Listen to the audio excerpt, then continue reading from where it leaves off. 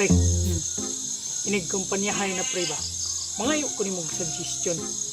Unsa may maayong gamiton pre?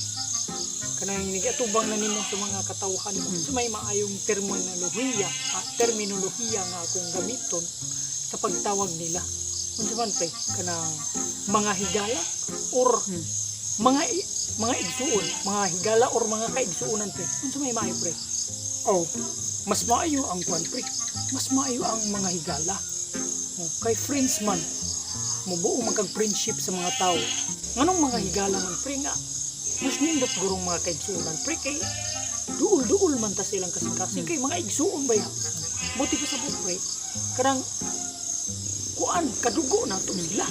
Munang mas nindot guro ang mga kaigsuonan pre. Ay dili pre. Mas nindot gyud ang mga kahigalaan. Nganong dili gud pre? Oh, alangan pre, basta nakalimot ka nga single baya ka pre. Kunin mo gamit kag mga kaigsuonan, puro na nimo mga igsuon ang mga tao.